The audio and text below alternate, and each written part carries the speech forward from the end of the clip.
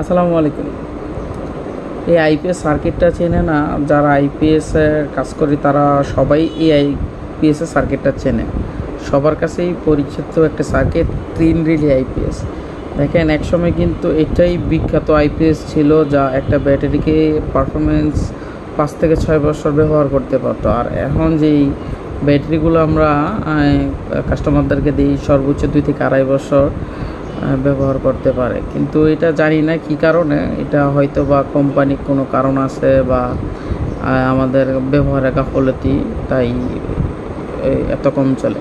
তবে এই সার্কিটটা থেকে আজকে মনে হলো এত একটা ভালো একটা সার্কিট, এখন যোগের সাথে তাল মিলিয়ে গিয়ে এই সার্কিটটা আমাদেরকে ড্রেন করে দিতে হচ্ছে আস্তে আস্তে। এটা আমাদের সোনালি অতীত বললেই চলে।